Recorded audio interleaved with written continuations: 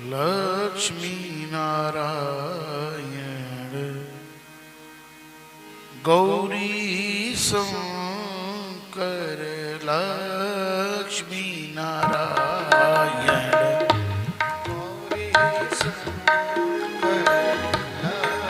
लक्ष्मी नारायण गौरी शंकर लक्ष्मी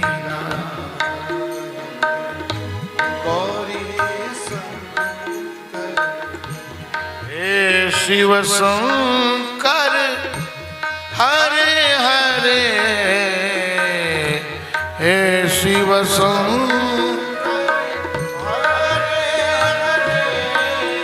शंकर लक्ष्मी नारायण गौरी शंकर लक्ष्मी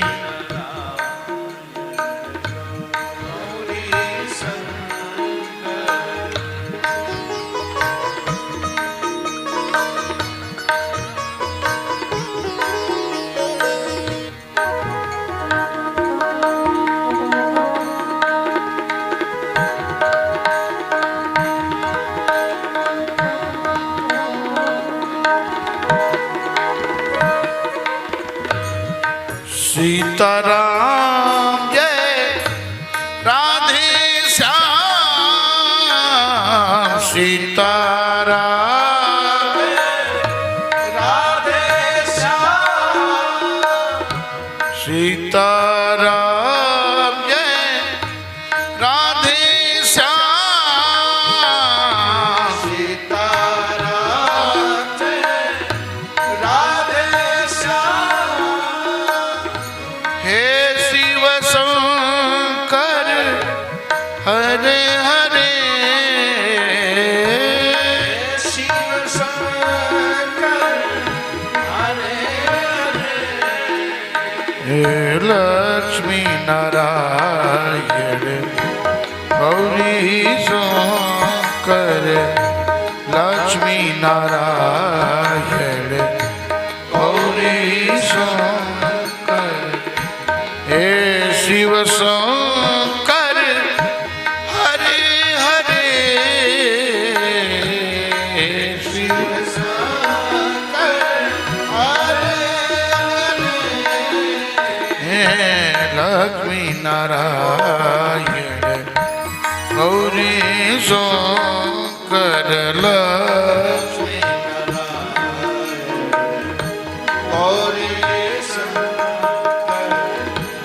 बड़े भाग मानुष तन पावा बड़े भाग मानुष तन पावा बड़े भाग मानुष तन पावा बड़े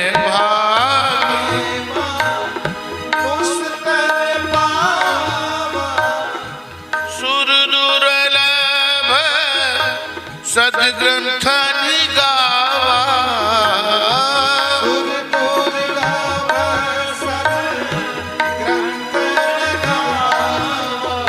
लक्ष्मी नारायण गौरी शंकर लक्ष्मी नारायण गौरी शंकर हे शिव शंकर हरे हरे लक्ष्मी नारायण गौरी शंकर लक्ष्मी नारायण गौरी शंकर लक्ष्मी नारायण गौरी शंकर लक्ष्मी नारायण लक्ष्मी नारायण लक्ष्मी नारायण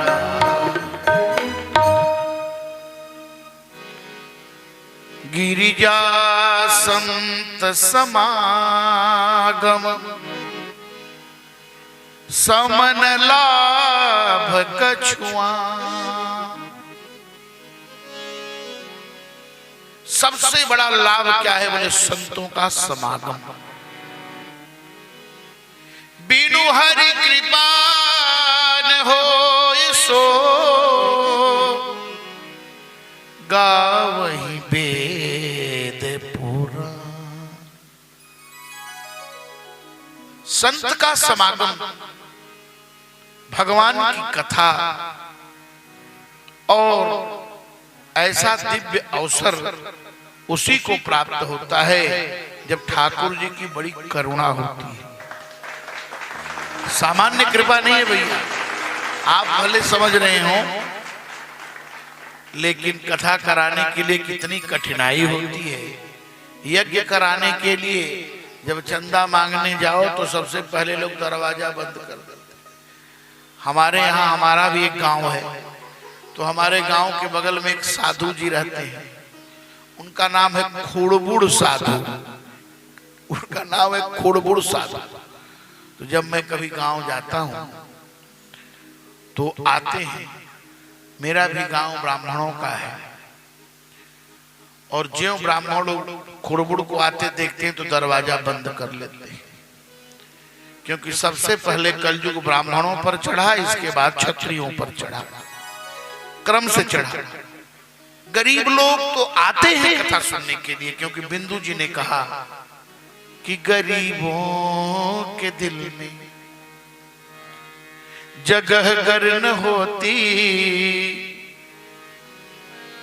तो किस दिल में होती हिफाजत तुम्हारी कृपा की न हो। गरीब लोग तो कथा सुनते ही है, लेकिन जिनके पास पैसा है, जिनके पास धन दौलत है, वो कथा में बैठना नहीं चाहते। उनको लगता है मेरा अपमान हो जाएगा। कल की कथा में हम लोगों ने श्रवण किया, 88,000 ऋषियों ने श्री सूत जी महाराज से प्रश्न किया। प्रश्न करना भी एक कला है, ध्यान से सुनिएगा। कोई रास्ता चलता उससे प्रश्न नहीं करना चाहिए। शंकर जी कहते मेले वो गरुड़ मार्ग मोहे, मेले वो गरुड़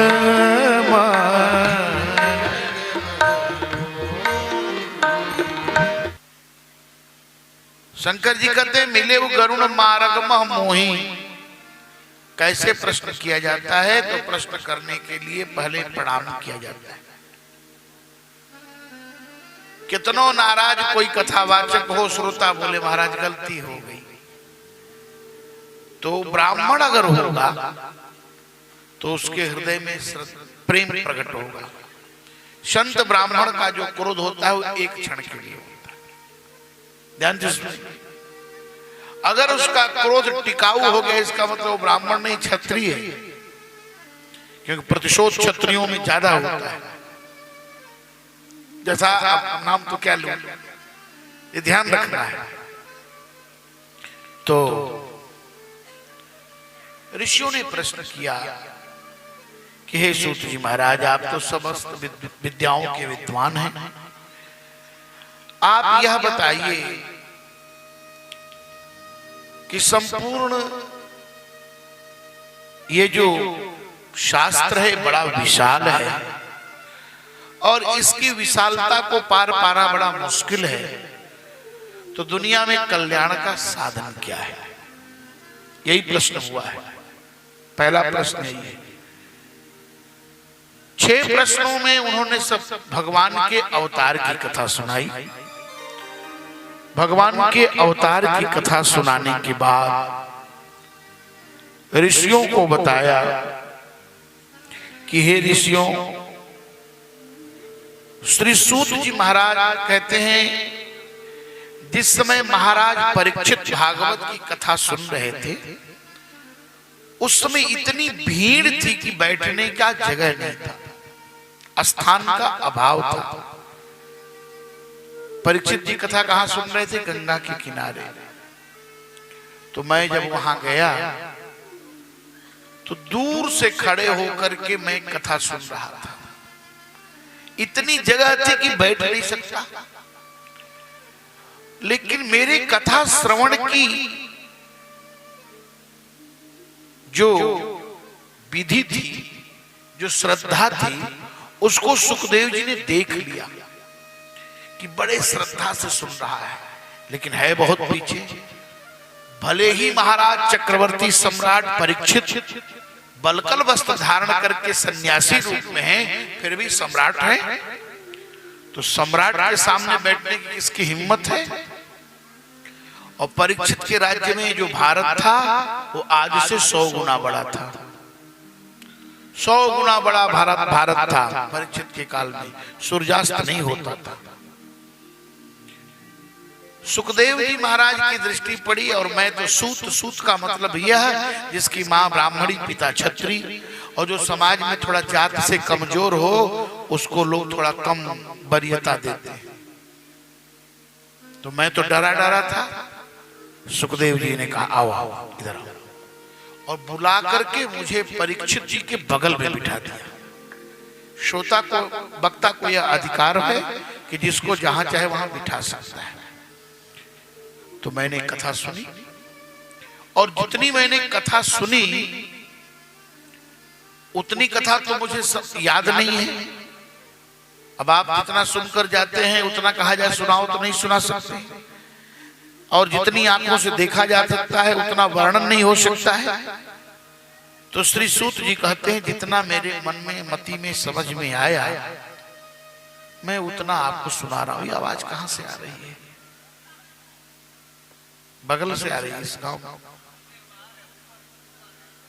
अच्छा, तो शौनक जी ने एक प्रश्न किया कि महाराज एक बात मैं आपसे जानना चाहता हूं कि जो सुखदेव जी महाराज ने राजा परीक्षित को कथा सुनाई थी, उनके विषय में हमने सुना है जब वो जन्म लिए तो नंगे होकर भाग रहे थे, तो उनके पिता उनके पीछे गए, तो उनको देखकर तो स्त्रियां जो स्नान कर रही थी वो वस्त्र नहीं पहनी, पर उनके पिता वेदव्यास को देखकर वस्त्र धारण कर लिया। तो उन देवियों ने पूछा महाराज हमको देख करके आपने, उन देवियों से व्यास जी ने पूछा कि हम तो बूढ़े हो गए, हमको देखकर तुम लोगों ने वस्त्र पहन लिया, और 16 वर्ष का मेरा बेटा नौजवान गया, उसको देखकर आपने वस्त्र नहीं पहना। उन स्त्रियों ने कहा महाराज उसका कारण यह है कि आपका बच्चा जवान तो जरूर है, पर उसे यह समझ में नहीं आता कि पुरुष क्या होता है और स्त्री क्या होती है, परंतु आप बूढ़े तो हैं, पर आपको खुद अच्छी तरह से समझ में आता है कि स्त्री क्या होती है और पुरुष क्या होता है। आप में भेद बुद्धि है और उनमें अभेद बुद्धि है। हमने यह भी सुना है कि सुखदेव जी महाराज केवल जितने देर में गाय दोहन की जाती है मात्र 8 मिनट ही किसी के दरवाजे पर ठहरते थे। सगो दोहन मात्रम ही गृहेषु गृह में दीना, जितने देर में गाय दोही जाती है उतने देर ही सुखदेव जी महाराज किसी गृहस्थ के दरवाजे पर खड़े रहते थे, और जब गृहस्थ गाय दो करके और धारोष्ण दूध उनको दे देता था वो अपने नारियल में ले लेते थे और लेकर चले जाते थे। तो जो मात्र किसी गृहस्थ के दरवाजे पर मात्र गोदोहन काल तक ठहरने वाले रहे, अर्थात गाय दोहने की सीमा है 8 मिनट, वो सुखदेव जी राजा परीक्षित को 7 दिन भागवत कैसे सुनाए?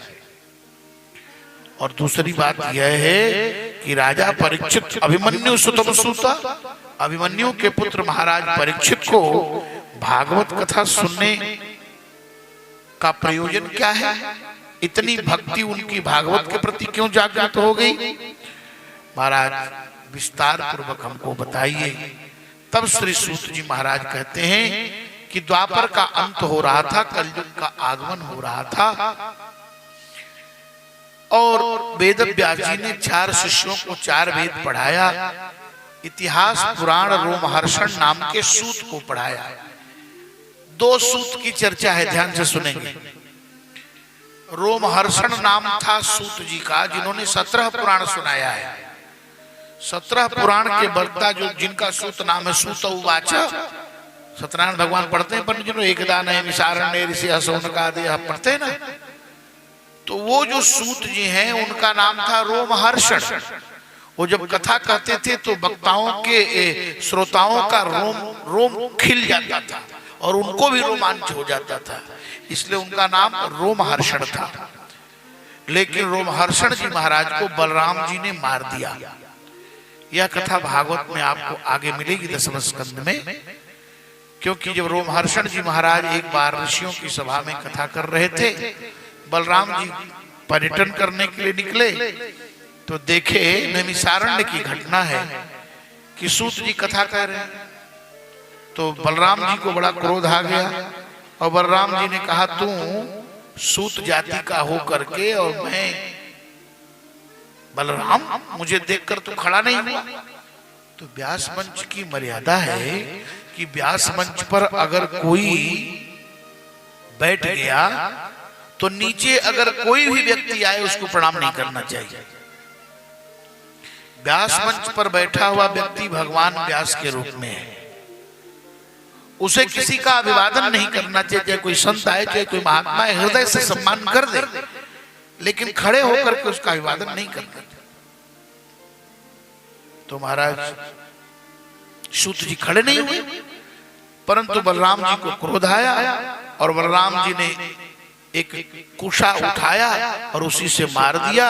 कथा कहते ही सूत जी का प्राण छूट गया। जब कथा कहते उनका प्राण छूट गया, जब वो मर गए तो ऋषि लोग चिल्लाने लगे, रोने लगे, बोले महाराज हमारी तो कथा आपने बंद कर दी। तब उनको दया आ गई। वहीं उनके पुत्र बैठे हुए थे जिनका नाम था उग्रश्रवा। रोमहर्षण के पुत्र का नाम था उग्रश्रवा और उनको उसी मंच पर बिठा दिया बलराम जी ने। उग्रश्रवा जी ने कहा, महाराज हमको तो कथा का बहुत ज्ञान नहीं है, सुनने में जो बड़े कुशल हैं उग्रश्रवा, नाम ही उग्रश्रवा है, लेकिन अनुभव नहीं है। तो बलराम जी महाराज ने कहा, कोई बात नहीं, मैं तुम्हारे हृदय में प्रवेश करके और भगवान की कथा करूंगा, केवल तुम मंच पर बैठ जाओ। तो 17 पुराणों के वक्ता हैं रोमहर्षण और 18वें पुराण के वक्ता हैं उग्रश्रवा और स्वयं बलराम जी ने भागवत की कथा कही है।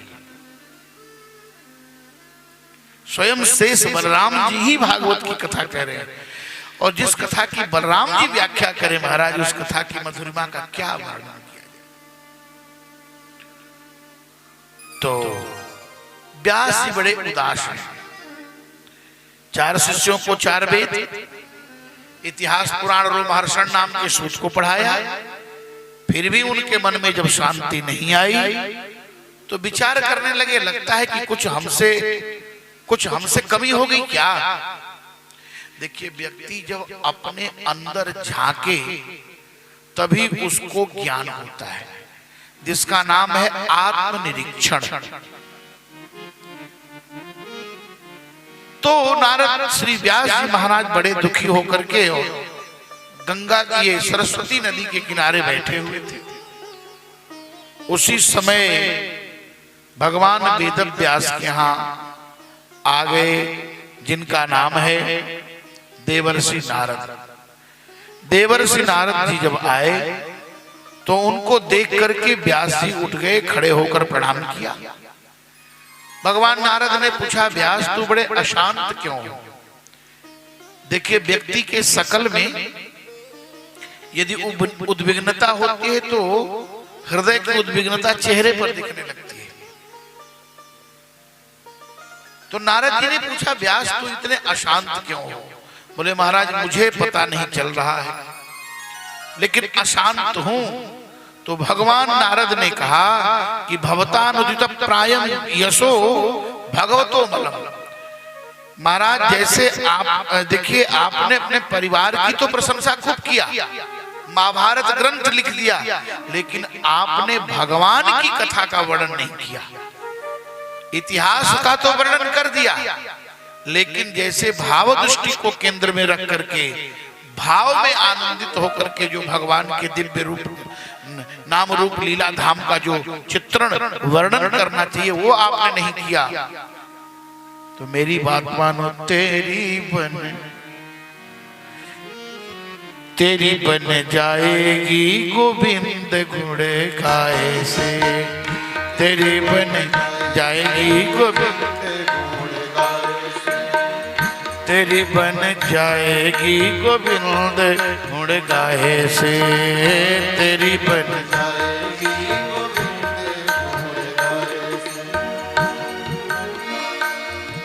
गोविंद गुण गाए से, गोविंद गुण गाए से, तेरी बन जाएगी गोविंद गुण गाए से, तेरी बन जाएगी। बड़ी मीठी मीठी ताली बजाते हुए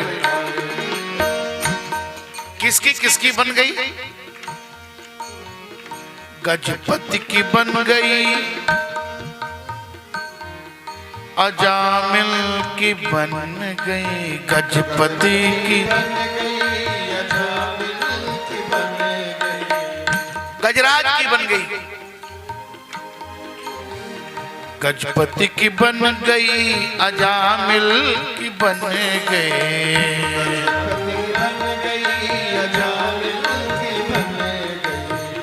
गणिका की बन गई, गणिका की बन गई, सुगा के पढ़ाए से, तेरी बन जाएगी गोविंद गुण गाए से, तेरी बन जाएगी गोविंद गुण गाए। मीठी मीठी ताली बजाते हुए भाव से सभी भगवान का दिव्य भजन करेंगे।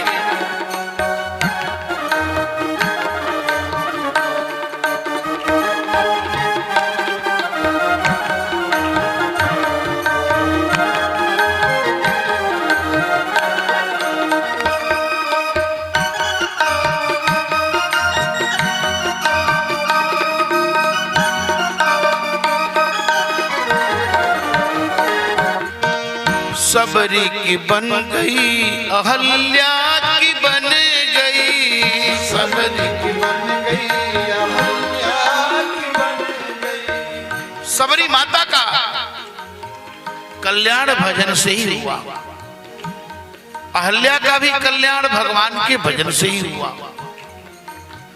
सबरी की बन गई, अहल्या की बन गई, सबरी की बन गई, हनुमत की बन गई, हनुमत की बन गई, सिया सुदिलाए से, तेरी बन जाएगी गोविंद गुण गाए, हाँ तेरी बन जाएगी गोविंद गुण गाए से।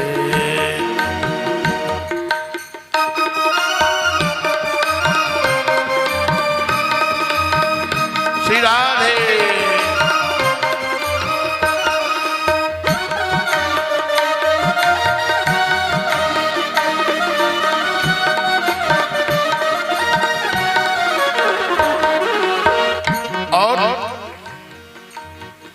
एक प्रमाण नहीं, अनेकों प्रमाण है।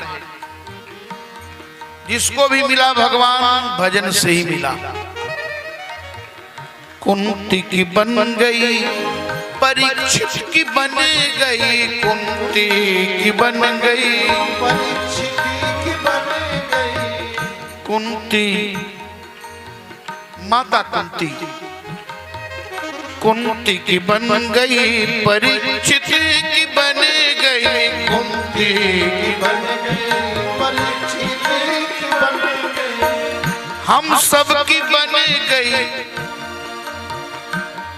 अरे मेरी भी बन गई, भागवत सुनाए से, तेरी बन जाएगी हरि बोल, मेरी बन जाएगी गोविंद गुण, गोविंद गुण गाए से, राम नाम गाए से, गोविंद गुण गाए से, राम नाम गाए से, हर तेरी बन जाएगी, हाँ तेरी बन जाएगी, गोविंद गुण गाए से, तेरी बन जाएगी गोविंद, जय हो, तेरी बन जाएगी गोविंद गुण गाए से, तेरी बन जाएगी गोविंद गुण गाए से, तेरी बन जाएगी गोविंद गुण गाए। बोलो बोलो गोविंद भगवान की जय।